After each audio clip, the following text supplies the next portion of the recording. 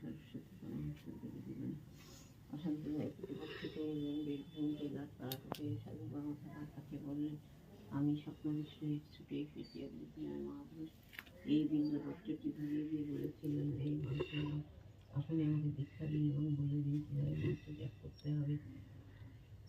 মন্ত্র জপ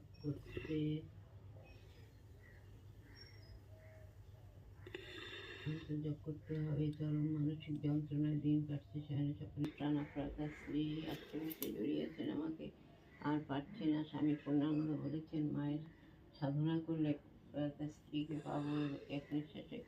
এতগুলো কথা বলার পর যুবকটি শ্বাস নিতে থামলেন। মহাকৌরব আমাকে মনোযোগ দিয়ে শুনছেন আর দেখছেন।